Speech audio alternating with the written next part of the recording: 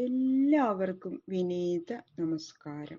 ശ്രീമദ് ഭാഗവതം ദശമസ്കന്ധം 14 ശ്ലോകം 4, 5, 6 3 ശ്ലോകങ്ങൾ ഇന്ന് നമുക്ക് നോക്കാം. ബ്രഹ്മാവിന്റെ സ്തുതി അതിഗഹനമാണ്, വർണ്ണിക്കാൻ വളരെ ബുദ്ധിമുട്ടാണ്.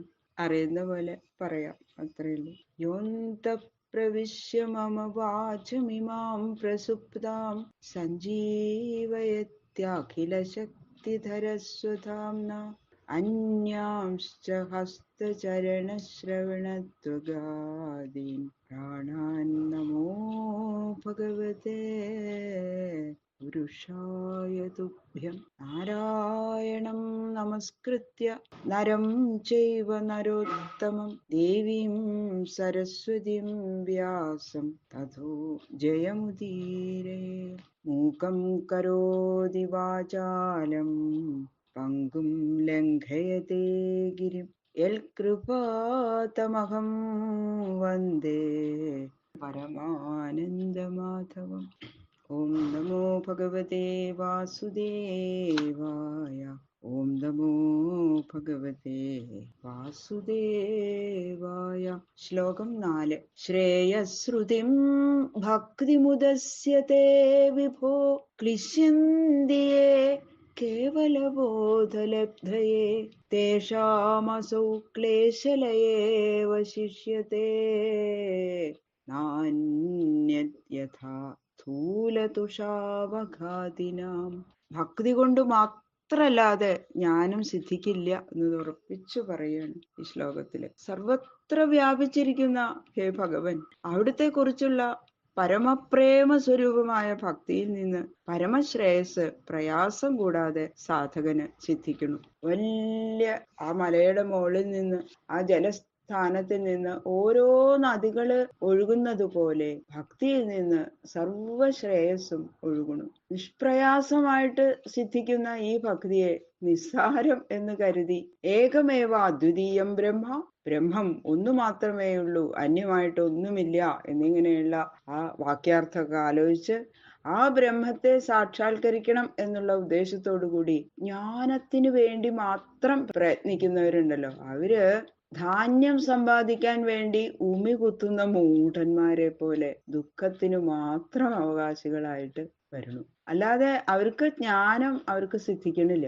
വിശപ്പ് മാറ്റാൻ ആഗ്രഹിക്കുന്നവര് അന്തസ്സാരമുള്ള ധാന്യം കുത്തിയാൽ അവരാഗ്രഹിച്ച ആ ഭക്ഷ്യപദാർത്ഥം സിദ്ധിക്കണു. അതുപോലെ ജ്ഞാനം ആഗ്രഹിക്കുന്നവര് ഭഗവാനെ അവിടുത്തെ പാദകമലങ്ങളിൽ പരമഭക്തിയുള്ളവരായിരുന്നാൽ അവർ ആഗ്രഹിച്ച പരമാനന്ദം ലഭിക്കും. അല്ലാഞ്ഞാലോ അവർക്ക് ക്ലേശം മാത്രമാണ് ഫലം. വിളവ് ആയിരിക്കുന്ന നിന്തിരുവടിയെ ആശ്രയിക്കാതെ ആനന്ദം മാത്രം ആഗ്രഹിച്ച് ശാസ്ത്രാഭ്യാസത്തിനായി ക്ലേശിക്കുന്നവർക്ക് അഭ്യാസക്ലേശം മാത്രം ആയിരിക്കും ഫലം. അതിൽ ആശ്ചര്യപ്പെടാനൊന്നുമില്ല എന്ന് പറയുന്നു.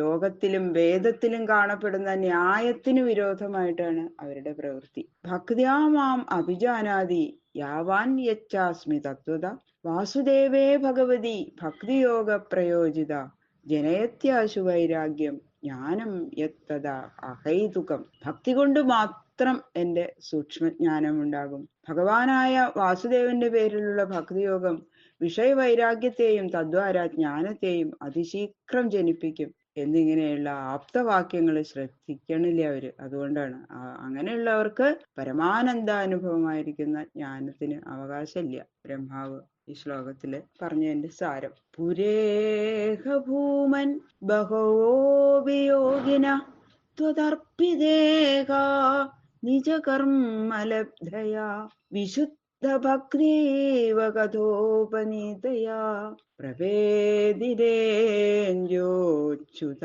തേ ഗതിം പരാം.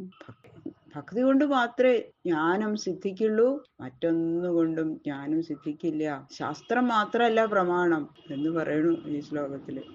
ഹേ അപരിച്ഛിന്ന സ്വരൂപ, ഹേ നാശരഹിത, അവിടുത്തെ കുറിച്ചുള്ള പരമപ്രേമം കൊണ്ട് മാത്രമേ ജ്ഞാനം സിദ്ധിക്കുകയുള്ളൂ എന്ന് ഈ ലോകത്തില് പണ്ടുണ്ടായിരുന്ന അനേകം യോഗികള് തങ്ങളുടെ അനുഭവം കൊണ്ട് ഉറപ്പിച്ചു പറഞ്ഞിട്ടുണ്ട്. എങ്ങനെയെന്നാൽ അവര് ആദ്യം ഭക്തി വ്യതിരിക്തമായ അനേകം ഉപായങ്ങളെ ആശ്രയിച്ചു. അവരിതെല്ലാം പരീക്ഷിച്ചു നോക്കിയിട്ടാണ്. യമ നിയമാദികളായ യോഗങ്ങളൊക്കെ അഭ്യസിച്ചു. അങ്ങനെ കുറേ കാലം കഴിഞ്ഞ് ജ്ഞാനാനുഭവം അവർക്ക് കിട്ടിയില്ല. അപ്പോ അവര് ചെയ്യുന്ന ലൗകികമായും വൈദികവുമായുമുള്ള സകല വ്യാപാരങ്ങളും അങ്ങയുടെ പ്രീതിക്കായിക്കൊണ്ട് സമർപ്പിച്ചു തുടങ്ങി. അപ്പൊ അങ്ങനെ അർപ്പിക്കപ്പെട്ട കർമ്മങ്ങൾ നിമിത്തം അവരുടെ ചിത്തം പരിശുദ്ധമായി വന്നു തുടങ്ങി. അപ്പോൾ അവര് ഭഗവാനെ അവിടുത്തെ ഭക്തവാത്സല്യാദി മഹിമകൾ കേൾക്കണമെന്നുള്ള ആഗ്രഹം വർദ്ധിപ്പിക്കുകയും കഥാശ്രവണത്തില് നിരന്തരം ശ്രദ്ധിക്കുകയും ചെയ്തു വന്നു. അങ്ങനെ ക്രമേണ അവർക്ക് നിർമ്മലയായ ഭക്തി അങ്ങയില് അവിടുത്തെ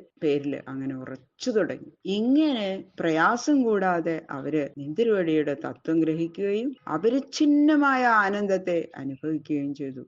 അതുകൊണ്ട് അവർക്ക് പരമപദം തന്നെ സിദ്ധിച്ചു. തഥാഭിഭൂമൻ മഹിമാ ഗുണസ്യത്തെ വിബോധുമർഹത്യമലാന്തരാത്മഭി അവിക്രിയാൽ സ്വാനുഭവാത് അരൂപതോ ഹി അനന്യബോധ്യാത്മതയാ നജാന്യഥാ.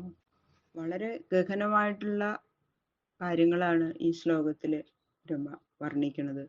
ബ്രഹ്മാവ് ഹേ അപരിച്ഛിന്ന ഗുണസ്വരൂപനായിട്ടുള്ളവനെ, അവിടുത്തെ മഹിമ ഇന്ദ്രിയ വൃത്തികളെ കൊണ്ട് ഒരുവിധം അറിയാൻ സാധിക്കും. അന്ധക്കരണ വൃത്തികള് ബാഹ്യ വിഷയങ്ങളിൽ പ്രവർത്തിക്കുന്നതിനെയൊക്കെ നിരോധിച്ച് ഭഗവാനിൽ തന്നെ നിർത്തുന്നതായ പ്രവൃത്തിക്കാണ് ഈ പ്രത്യാഹരണം എന്ന് പറയുന്നത്. അപ്പോ അന്ധക്കരണം നിർവാസനമായിട്ട് ഭവിക്കുന്നു, അതായത് വാസന ഒന്നും ഇല്ലാത്തതായിട്ട് ഭവിക്കുന്നു. ഇത് തന്നെയാണ് അന്ധക്കരണത്തിന്റെ നൈർമല്യം. അന്ധക്കരണം അങ്ങനെ നിർമ്മലമായിട്ട് ഭവിക്കുന്നു. ഈ സ്ഥിതിയില് അന്ധക്കരണത്തിനുണ്ടായിരുന്ന വികാരം മുഴുവനും നശിക്കുന്നു, വിശേഷമായിട്ടുള്ള ആകൃതി ഒന്നും ഇല്ലാത്തതായിട്ട് ഭവിക്കുന്നു.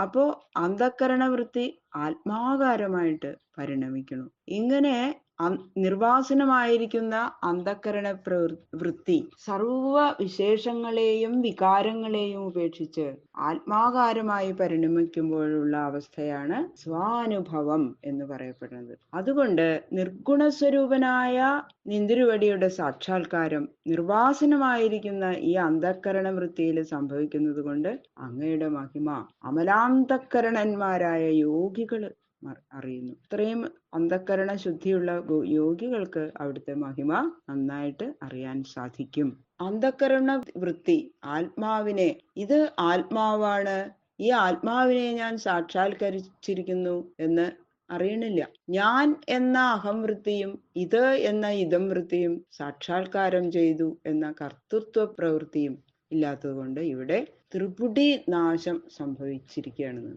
ഇത് തന്നെയാണ് അന്ധക്കരണ വൃത്തി ആത്മാകാരമായി പരിണമിക്കുന്ന സ്വഭാവം. ഈ അവസ്ഥയ്ക്കാണ് സ്വാനുഭവം എന്ന പേര് മഹാത്മാക്കള് നിശ്ചയിച്ചിരിക്കുന്നത്. അപ്പൊ അതുകൊണ്ട് സ്വയമേവ പ്രകാശിക്കുന്നതല്ലാതെ പല വസ്തുക്കളെ ആത്മാവ് പ്രകാശിപ്പിക്കണില്ല. അതുകൊണ്ട് ആത്മാവ് അന്ധക്കരണത്തിന് വിഷയമായിട്ട് ഭവിച്ചിട്ടുമില്ല. അതുകൊണ്ടാണ് ഇന്ദ്രിയവൃത്തികളെ അന്തർമുഖമാക്കി തീർക്കാൻ അറിവുള്ള മഹാത്മാക്കള് വാസനകൾ നശിച്ചിരിക്കുന്ന തങ്ങളുടെ അന്ധക്കരണ വൃത്തി കൊണ്ട് നിർഗുണമായിരിക്കുന്ന നിന്തിരുവടിയുടെ തത്വത്തെ സാക്ഷാത്കരിക്കുന്നു എന്ന് പറഞ്ഞത്. വിറകിൽ പിടികൂടിയ അഗ്നി വിറക് ഭസ്മമാകുമ്പോൾ ജ്വാലാരൂപേണ പിന്നെ പ്രകാശിക്കാതെ അങ്ങനെ കാരണാഗ്നിയായി ശമിക്കുന്നത് പോലെ ബ്രഹ്മാത്മകമായ ജീവതത്വം ബ്രഹ്മമായി തന്നെ ഭവിച്ചു. ഇതിനെയാണ് ആത്മസാക്ഷാത്കാരം എന്ന് പറയുന്നത്. അതായത് വാസനകള് എല്ലാം നിശേഷം നശിച്ചാൽ